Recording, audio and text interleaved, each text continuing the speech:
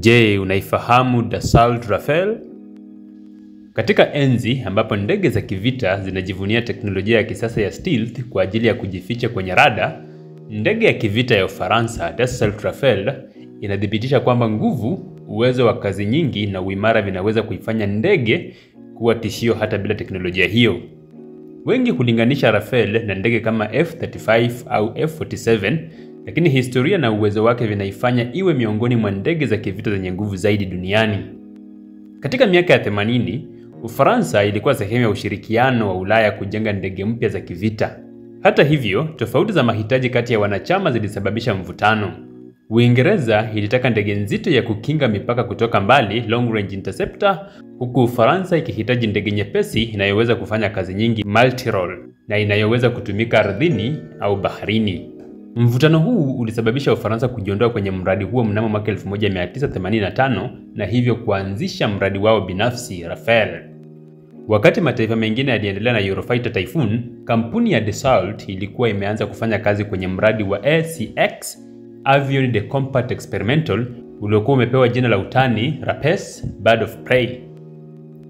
Kufikia mwaka 1983, muundo wa mwisho wa Rafale uliidhinishwa ukiwa na mabawa ya delta na canards kwa ajili ya ustadi wa kuruka. Hii ilileta uzito wa kipekee kwenye uwezo wake wa kupambana angani na kushambulia ardhini. Mwisho wa vita baridi ulileta hali ya sintofahamu kuhusu haja ya kuendelea na miradi ya kijeshi. Budget ya ulinzi ya Ufaransa ilikatwa na kulikuwa na hatari ya kuanguka kwa mradi wa Rafale. Hata hivyo, serikali ya Ufaransa iliona umuhimu wa uhuru wa kimkakati katika masuala ya kijeshi, hivyo ikaamua kuendeleza mradi huo kwa gharama zake. Rafale iliendelea kufanyiwa majaribio ya hali ya juu katika miaka ya 90, ikakubaliwa rasmi na kuanza kutumika kwenye jeshi la anga la Ufaransa mwanzoni mwa miaka ya 2000. Tangu wakati huo, imekuwa uti wa mgongo wa vikosi vya anga vya Ufaransa, ikiwa na uwezo wa kupambana angani, kushambulia ardhini na baharini na kufanya upelelezi, yote kwa ndege moja tu. Wakati ndege nyingi za kisasa kama F-22 na F-35 zinategemea teknolojia ya kujificha kwenye rada stealth ili kuepuka kugunduliwa, Rafale inaonyesha kuwa sio kila wakati stealth ndio silaha kuu. Badala yake, imejengwa kwa ustadi wa hali ya juu wa kielektroniki na mbinu za kijanja za kujilinda. Mfumo wake wa EW, Electronic Warfare, unaoitwa Spectra, unaweza kupiga jamming, kuficha miale ya joto na kuelekeza mashambulizi mbali na ndege hiyo yote bila kuhitaji stealth halisi.